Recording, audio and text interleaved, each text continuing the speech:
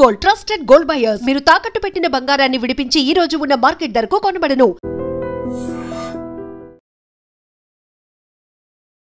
Nellore town Nawabpet పరిధిలోని బోడిగానితోట, అహ్మద్ నగర్, బర్సామగుంట ప్రాంతాలలో cordon search operation నిర్వహించారు. సామాన్య ప్రజల్లో ధైర్యం నింపుతూ పోలీస్ వ్యవస్థ పట్ల విశ్వాసం పెంచడానికి జిల్లాలో అసాంఘిక కార్యకలాపాలు అడ్డుకునే ప్రయత్నంగా నెల్లూరు టౌన్ నవాబుపేట పరిధిలోని బోడిగానితోట, అహ్మద్ నగర్, బర్సామగుంట ప్రాంతాల్లో కార్డన్ సర్చ్ ఆపరేషన్ ని నిర్వహించారు.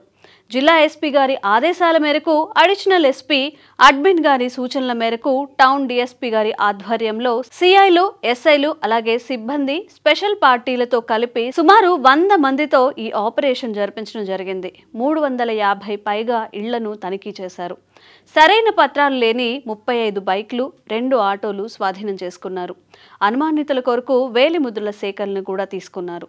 నేర నియంత్రణ, అసాంఘిక కార్యక్రమాల అడ్డుకట్టకి పోలీస్ శాఖ నిర్వహించే కార్డన్ అండ్ సర్చ్ కార్యక్రమానికి ప్రజలు తమ వంతు సహకారాన్ని అందించాలని పోలీస్ అధికారులు కోరారు.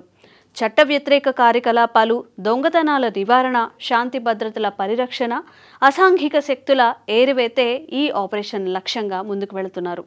ప్రత్యేక కార్యాచరణ ద్వారా జిల్లాలో హింసాత్మక చర్యలు అరికట్టేందుకు ప్రణాళికలు వేస్తున్నారు.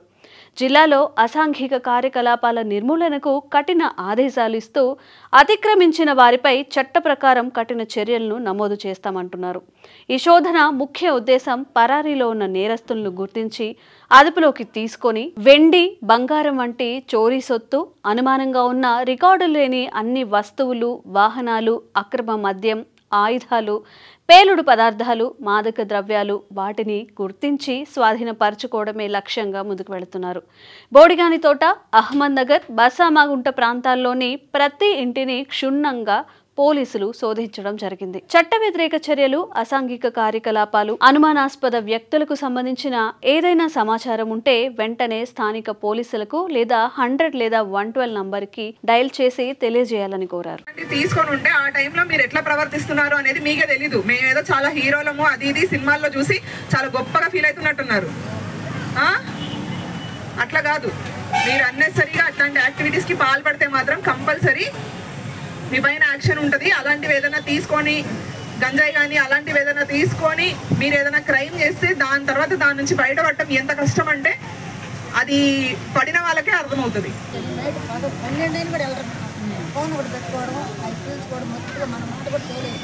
ఇప్పుడు అట్లాంటి చేస్తాము. బట్ మీకు అలా అనిపిస్తే మీ ఎవరిచ్చారు ఇన్ఫర్మేషన్ అనేది కూడా, మీలో ఎవరైనా ఏదైనా ఇన్ఫర్మేషన్ ఇచ్చినా కూడా ఎవరిచ్చారు ఇన్ఫర్మేషన్ అనేది కూడా ఎవరికి చెప్పం మేము. అర్థమైందా? నిజంగా ప్రస్తుతం ఉన్నటువంటి సమాజం దేనికి ప్రయారిటీ ఇస్తుంది?